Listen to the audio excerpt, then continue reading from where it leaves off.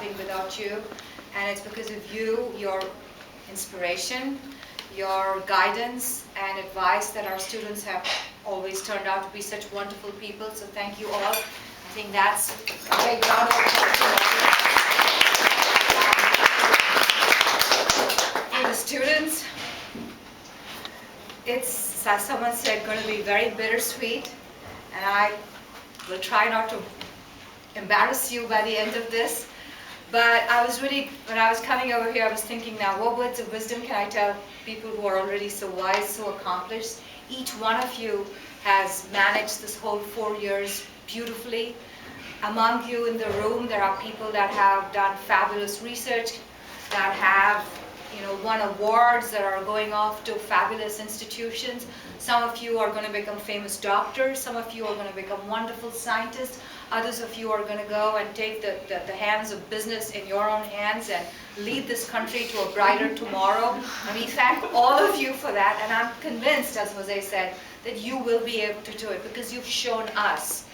So, in thinking about my words of wisdom to leave you with, so I thought about who I could talk about, and to me, someone who really epitomizes the whole spirit of what this program is about is Marie Curie.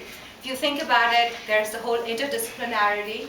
She got 2 Nobel Prizes, one in chemistry and physics, and more than that, her work is going to impact each one of you. There are those of you who are all going to become doctors, there's all the X-ray, there's a physicist, there's a, Lawyer. The lawyer. Did I forget the lawyer? There's a couple of lessons that I sort of think about her at the scientific level. She was the first one to recognize that what she was saying, that the property of radioactivity was because of the atom itself.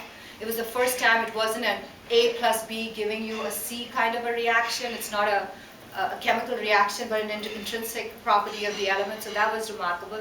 The second thing I read about her, and this was interesting, this was at a time when women had to fight for their place, and she carefully documented all the work she did in her diary so that people wouldn't mistake, and give credit for her husband just because it was her husband. So she, in fact, made sure of that, and that's important for all the women in the room to remember. Never take it for granted. The third thing she did was she was very, very careful about timing. And in those days, things were being discovered, and just before her, Henri Becquerel had just received the Nobel Prize for his discovery of radioactivity.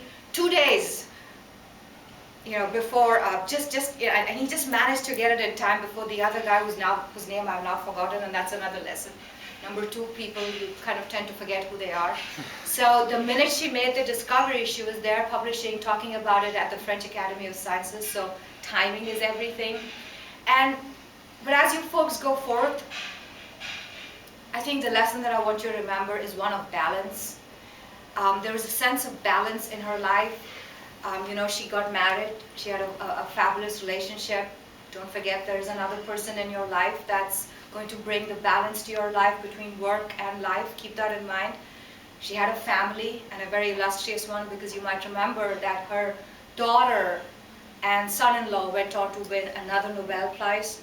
So as you folks go on and do wonderful and marvelous things, remember the last thing I said to you was about Marie Curie, because when you come back and you decide to fund an award or a legacy in your honor, it probably should be for her. But it's been wonderful having all of you, and in this particular class, it's going to be very difficult to say goodbye to you guys. I've grown to love you all, and it's going to be tough, but stay in touch.